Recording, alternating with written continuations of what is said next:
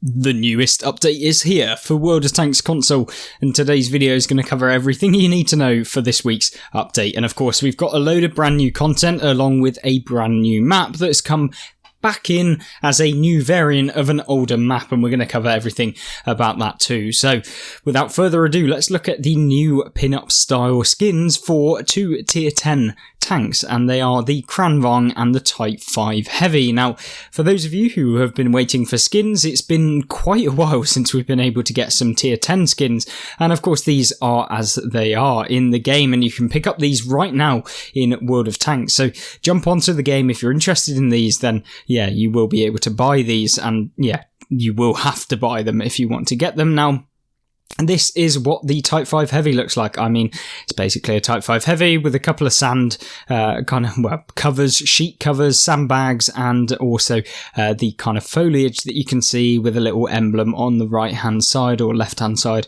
whichever way you're looking at it. This is it in the garage, so a little bit easier of a view to see as it would be in the game. So it looks pretty fresh. I'm kind of interested to see what the Kanonenjang looks more so, though, and this is exactly what the Kanonenjang is like. Now you can see there's obviously a scantily dressed woman on the front of it, which I'm sure will attract a few of you, but for those of you who aren't interested in that and just interested in the flag, then yeah, you can pick up this, and it actually looks so much better in the garage and probably with the right lighting in the game as opposed to kind of just the stock image that they're giving here of the tank. So there's always that. So yeah, really interested to see whether you guys actually enjoy these or whether you just think that they're pretty bad. Now, they are not the only ones, so we're also seeing hero skins join the previously released Pineapple skins for the Skoda T50, which you can see here, the tier 9 Czech kind of medium tank that has the autoloader, really amazing tank, along with the M4A3E2 and the TOG2 as well, so you can get all of these skins available as well. If you want to pick up all of these, well, it's going to cost you 9,750 gold, or you can buy the kind of pineapple style skin for the TOG2, the Sherman Jumbo and the Skoda for 5,000 gold, which is like, what, 20 quid or something like that? It's quite expensive, to be honest with you. And then the new pin-up styles, which will cost you 3,900 gold for just the Type 5 and the Kanonenjang skin, if you're interested in that. And then you can buy them separately for 3,000 each. So, I mean, if you're going to buy one, you might as well spend the extra 900 gold to get both of them. Yeah, really kind of expensive skins, but I have no problem with it because they are purely cosmetic and they are not going to be OP in the game, which is the key thing about spending money on this game. They should not be OP when you buy them, but nonetheless, let's have a look at some of the other information. Let's actually jump to the What's Happening This Week article. You can see here the key things. We have the remastered map, which is Hellfire Pass, otherwise known as Scorpion Pass to those of you who've been playing for any length of time, and also new contract for the Thunder Bucket, which we'll look at. And let's first start with this kind of a new map. I think we actually have a full article on this, so we can jump into that, I believe, or at least a section of the map that you can see. So this is Hellfire Pass, and yeah, Scorpion Pass has basically been expanded into a much larger area that you can now play on this kind of region. I'm hoping that this has been fully fleshed out. I know that there was a community super test. It's been in the custom games for a long time where you could have actually played this map. Hopefully that's been all balanced out and that the larger scale map that this is going to be turned into from Scorpion Pass plays much like the old one, and that is still a little bit more interesting than the old one because it used to be Campenberg Pass. It's kind of one of those maps, but nonetheless, you can see the key features. It's like a desert, tundra type map with a lot of rocks, a lot of areas where you can maneuver and stuff like that, and it was really actually quite a decent one. You can see it's available for World War II from tiers 7 plus, so between tier 7 and 10. Any tiers below that, you're not going to see it. And of course, Cold War, all eras. So yeah, as Wargaming have said, formerly known as Scorpion Pass, and it's now the largest map available for World War II gameplay. So get out there and explore everything that this desert duel has to offer. Yeah, you're going to be spending a long time moving around if you're a heavy tank on this map. So it is the largest World War II map that you can see. So not only that, we have the kind of Thunder Bucket as well, so let me know what you guys think of this tank. It is a mercenary tank, it's a tier 4, so I don't think is particularly amazing. I mean, you can basically use this with the DPM. It's kind of what it's all about. It's a fast autoloader, has excellent acceleration apparently, and 15 degrees of gun depression. Yeah, I don't know. I mean, it might be interesting. It might not. But to be honest with you, I don't really play low tiers, and especially not this low tier. So yeah, you have a look at that. If you want to buy the tank just purely straight up without having to do anything, it will only cost you 1,620 gold. So you could do that. But yeah, I would just play and earn the XP anyway. But the Thunder Bucket, pretty interesting. Nothing too major. Yeah, let me know what you think of this vehicle, and of course we can have a look at it in specific right now in terms of the gun statistics. So you've got 50 damage per shell. You've also got a 4-shot autoloader, so 200 damage in total. 0.4 second intricate reload, so you've got 1.2 seconds to do 200 damage, which is pretty nice. Plays probably much like the Lux at tier 4, so it's kind of like the mercenary version of the Lux, which is the German version of this tank, I would expect. But yeah, very interesting. Let me know.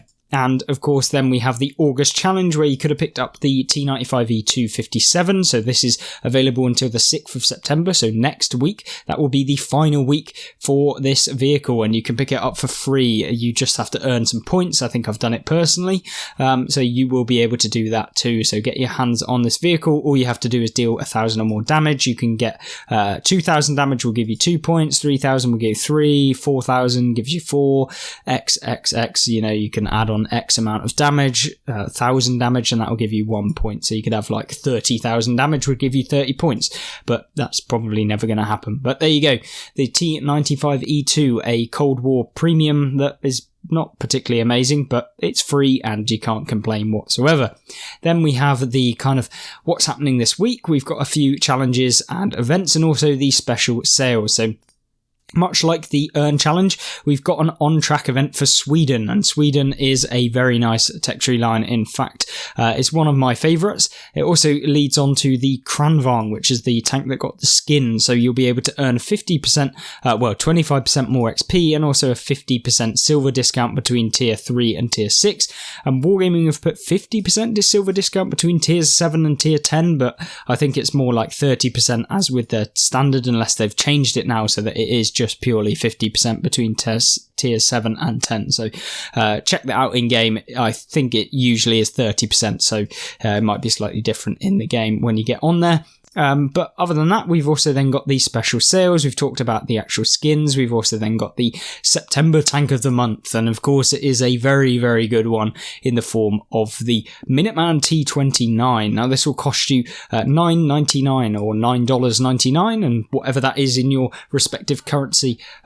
And yeah, for that you'll get the T29 Minuteman, which is an amazing tier 7 premium tank, actually amazing, with 850 gold in addition, and 3 days of premium, and 5 silver boosters, or 5 silver boosters times 10. I don't quite know what Wargaming are going on about here, but usually we only have silver boosters like times 2, so I don't know if it's 10 lots of times 2 silver boosters or 5 lots of times 2 silver boosters. I don't know. Let me know in the comment section down below. It'll be in the store regardless. And then, of course, you can get it whichever console that you're playing on. So hopefully that is an interesting tank for those of you wanting to spend some money. And talking about spending money, what about all of the sales that we've got this week for those of you interested in what tanks are competitive and what aren't, and what you should probably avoid? Well, the first one I would probably avoid. So we've got the STG, which is otherwise known as the Guard. There's 2 variants of it. They're literally the same tank. The STG is not a good tank. It's a pretty average to medium kind of playstyle tank. It's a kind of heavy medium that doesn't really work because it relies on its armor, but it doesn't actually have any armor really. So it's just pretty bad. The Panther 88, much the same story. Has a little bit of armor. It still can be pretty competitive in a tier 8 game, but it struggles really, really hard when you get it in any other lower tier games, or I mean, like if you are lower tier than the tanks you're facing, because armor means absolutely nothing and the gun is pretty weak every single shot. I mean, you have fairly decent DPM, but nothing too spectacular. Then you've got the Swedish tier 8 medium, which is the STRV 81, and I actually really enjoyed it, but I don't think it's necessarily that much better than any of the kind of tech tree Centurions or anything like that you can pick up for free. So it's not necessarily one I would go, you have to buy it, unless you really do enjoy the tech tree Centurions and that kind of British tanks in general, because it is like a Swedish version of a British tank. But 10,800 gold, or 10,280 gold even, 60% off. I mean, it wouldn't be bad to pick them all up if you haven't got them. Charging spearheads here is the Mauerbreaker. Oh god, one of the kind of worst heavy tanks in terms of being able to consistently do damage, but a fairly kind of good one when you get the right game in the right scenario. But like 90% of the time, it's literally like limited by the game itself and how big the map is, especially with the new Scorpion Pass map coming out with the Hellfire Pass. The Mauerbreaker will not suit that map at all. And then you get the Object 252U, which is a good tank, and the T-34 Heavy, one of the old American greats from back in the day. One of my favourite kind of American heavy tanks in the game, albeit it is not that good in today's meta, but there we go. And then if you want just one singular tank on its own, the M24E2 Super Chaffee is available with the skin for the July hero skin for 3,000 gold, which isn't bad for both of them. But remember, the 50% savings is for both of them. The Super Chaffee on its own would probably only be about 2,000 gold, so you're paying an extra for the skin. And then Tactical Advantage, you can pick up the ISU 152K, which is the ISU 152 that was too OP back in the day because it had the BL10 gun, which the Object 704 has, the tier higher, but it was down at tier 8, and you could literally pen every single tank in the game through the front, basically not even looking at the weak points with the premium rounds of the ISU 152K, and this is literally the unnerfed version of the Tech Tree one, so just a better version of the Tech Tree ISU, but there we go. And of course you have to pay for it because wargaming. Then we have the post-war. You can pick up the T95E3 if you really want to, but you can earn it for free at the minute. I believe anyway, if it's the same one, I might be completely trolling you there. I think it's actually not the same one. Yeah, no, it's not. Never mind. This one is probably the better version, so you'll enjoy it a little bit more. It looks like the Renegade or the T26E4, I believe it is, that you can already get. It's kind of a buffed up, heavier version of that, and you can pick up that for 15,000 gold. I probably wouldn't recommend it. Or you can pick up the post-war T55A, which is 15,700, and I wouldn't recommend that either, me personally. Super savings, which are 50% off these premium tanks. The AMX Chaffee, I really enjoy this tank, but it is not very good for newer players, and you probably won't enjoy it if you are a gamer looking for a very competitive tier 7 light tank. But it isn't so bad because it did get the buffs to its hit points and also some other things, as with the kind of load of buffs that they did to a ton of tanks throughout all of the Tech Tree lines and premium Tech Tree a while back. But yeah, really, really fun tank to play, and a bit more of a novel and unique French light tank comparatively to like the standard ones. And then you get the Chieftain T95-59 post-war Western Alliance heavy tank that is also 50% off. I don't really like this one. I think it was pretty mediocre, but you know, you guys might enjoy it. And then the Kanonenjang Panzer 105, which will also be 50% off, and I really did enjoy this one, but it's probably not for everyone, and it is a little bit boring to play because it is a pure tank destroyer. It does not have any armor, and it's not very aggressive, and it's probably not very flexible when trying to be aggressive, but nonetheless, hopefully that gave you a good indication as to what has come this week. And of course, if you want any questions answered, leave them in the comment section down below and I will try my best, along with giving you just the kind of ending up sequences for this video, which are the evolution season. We've got about a month left, or a month and a week left of the season until it finishes. And we've also got the Mythology keycards still going on. They're terrible. I probably wouldn't buy them. The Daily Battle Challenge, where you can pick up the KPZ-50T, which is a fantastic tank, and I really would recommend you do it. The Premium Bonus for Poland, USSR, and Western Alliance, and they are the CS-63, the Object 268, and the M3A2 Bradley, along with the fact that the Caliban is in the game, and this is a tank I did a video of last week that you can have a look at if you're interested. It is an interesting tank, but it isn't OP, but it is super fun to play. So yeah, I guess you can make of that what you will. Long haul as usual, that you can complete, and the community streams on Monday and Friday as you watch this video. So thank you very much for watching. Of course, that was a lot of information to take in. Hopefully it gave you a good indication as to everything that's coming up, and we'll have a quick look as to the questions that were given to Wargaming as part of the stream, which were the prices for premium ammo in Cold War Era 1 recently fixed? There was actually a bug that we missed, and recently we fixed it, so price changes were changed. Why does the Caliban not get the advanced reload equipment when other auto reloaders do? We set it up like this for balancing purposes, but we just had a ticket out on this, so we'll take a look. So they'll basically look to see if they can increase the reload speed. Any plans to change the missile warning equipment? It used to be free. It was initially released as a bug, but now we have it as equipment, so it won't harm tanks that rely on missiles and nerf missiles, but we will keep a track of the data. Can we get an option in the menu to turn siege mode to automatic or manual? This is currently not possible. It's based on individual tanks, but if there are ways we can improve it, we will have a look. When will global maps return? It's highly unlikely, but we are working on bringing back some competitive things in the future, so probably not going to happen. Can you buff the T-32A? We can certainly look at this in our next Reforged. Can we get a better warning system for artillery in World War II? Yes, we're actually looking at this, and we do have some icons we are concepting that will help you tell you that an arty is aiming at you. I mean, maybe artillery won't take half your health now. I mean, that might be good. Yeah, it still will, just telling you that. But at least now you'll be able to see it more, and you may be able to avoid the shell.